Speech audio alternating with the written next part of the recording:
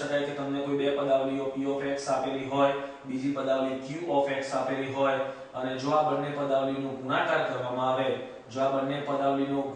કરવામાં આવે તો એ બંને પદાવલીમાંથી મેળવેલા h of x મતલબ કે ગુસાઅ અને m of x મતલબ કે લસાઅ, અહીં આ બંનેનો ગુણાકાર કરવામાં આવે તો મળતા પદો એ સમાન હોય છે. મતલબ કે આપેલી બંને પદાવલીઓના ગુણાકાર અને તેમાંથી મેળવેલા લસાઅ અને ગુસાઅના ગુણાકાર એ બંનેના મૂલ્ય હંમેશા સમાન હોય છે.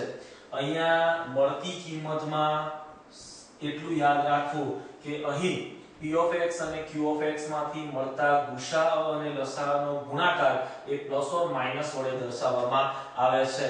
તો આના પરથી બાકીના સૂત્રો તૈયાર કરી શકાય. એટલે કે તમને જો p of x અને q of x આપવાની p of x અને q of x ઉપરથી અત્યાર સુધી જે h of x અને m of x શોધતા હતા એની જગ્યાએ માત્ર ધારો કે p of x આપ્યો હોય, h of x આપ્યો હોય અને m of x આપ્યો હોય અને તેના પરથી q of x શોધવાનો જો કયો હોય તો તે પણ હવે આ સૂત્રની મદદથી શોધી શકાય છે. અથવા તો p of x, q of x અને m of x આપ્યો હોય તેના પરથી h of x શોધવાનો હોય તો પણ સરળતાથી શોધી શકાય છે. ટૂંકમાં આ ચાર પદોમાંથી કોઈ પણ ત્રણ પદની કિંમત આપેલી હોય અને ચોથું પદ શોધવાનું હોય તો તે આ સમીકરણ દ્વારા સરળતાથી મેળવી શકાય છે.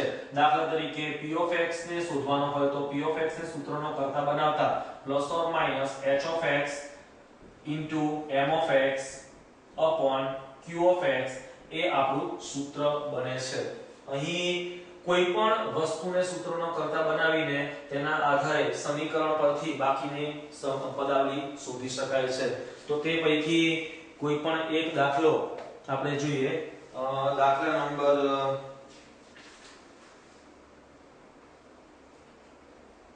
દાખલા નંબર સ્વાધ્યાય 2.3 નો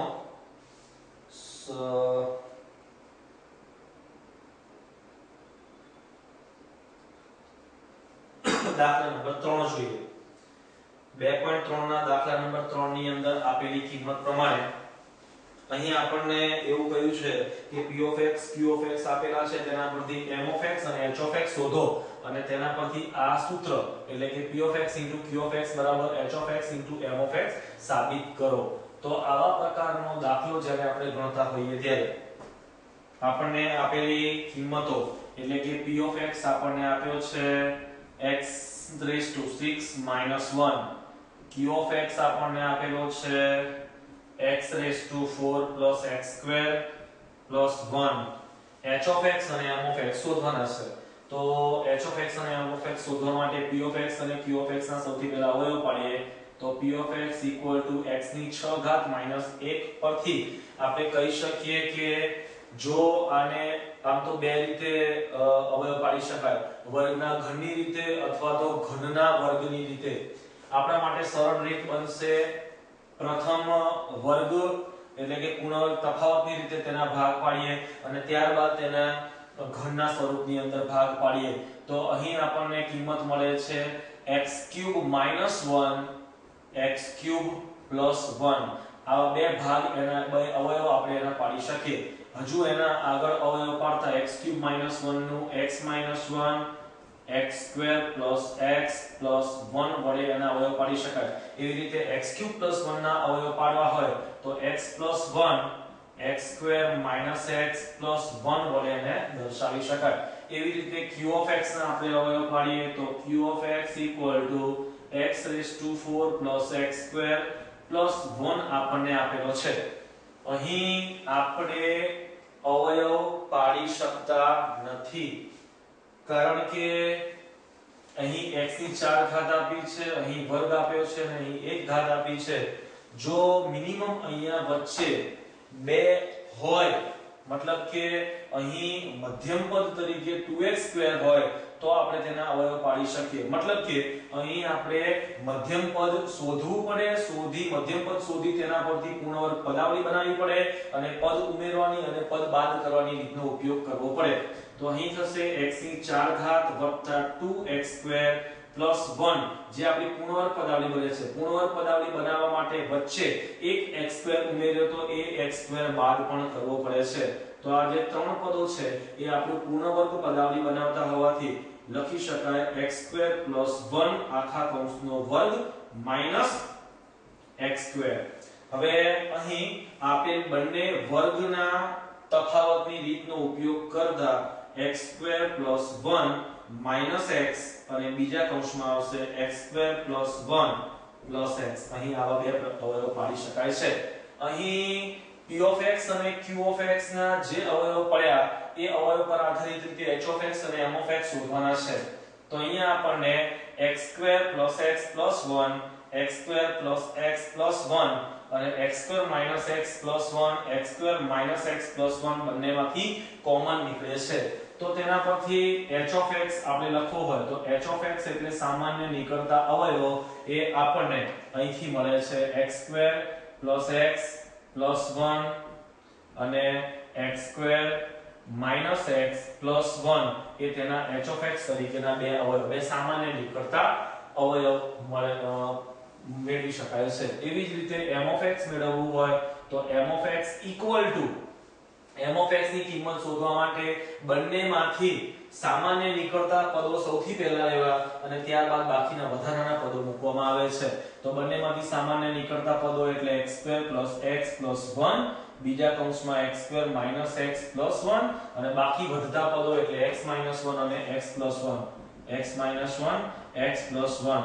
આનું સમગ્ર સ્વરૂપ એ આપણું m(x) છે. અહીં ફરીથી આપણે જો જોવામાં આવે તો તમને ખ્યાલ આવશે કે અહીં આ બંનેનો ગુણાકાર એ h(x) છે, મતલબ h(x) એ પોતે જ q(x) છે. તો અહીં h(x = q(x) લખી શકાય. અહીંયા આ ચાર પદોનો ગુણાકાર એ p(x) છે, માટે m(x) એ પોતે p(x) છે એવું કહી શકાય. આના પરથી આપણે સીધી જ ગણતરી મૂકી શકીએ કે આપણને જે છેવટે સાબિત કરવાનું છે એ એટલે કે p(x) * q(x) બરાબર, તો p(x) તરીકે આપણે અહીંયા દર્શાવ્યું કે p(x) તો એ પોતે જ m(x) છે. તો અહીંયા p(x) ની જગ્યાએ m(x) લખી શકાય. અહીંયા q(x) એ પોતે જ h(x) છે, તો અહીંયા કહી શકાય કે q(x) ની જગ્યાએ સીધું જ h(x) લખી શકાય છે. તો જે આપણે મેળવવાનું હતું તે સીધી જ કિંમત અહીંથી આપણે p(x) * q(x) = m(x) * h(x) સાબિત કરી શક્યા. હવે તેના પછી બીજો એક દાખલો છે, દાખલા નંબર 4, જે તેના પછી જ આપેલો છે. h(x) અને m(x) આપેલા છે, ઉપરાંત p(x) આપેલો છે અને તેના પરથી q(x) શોધવાનો કહેલ છે.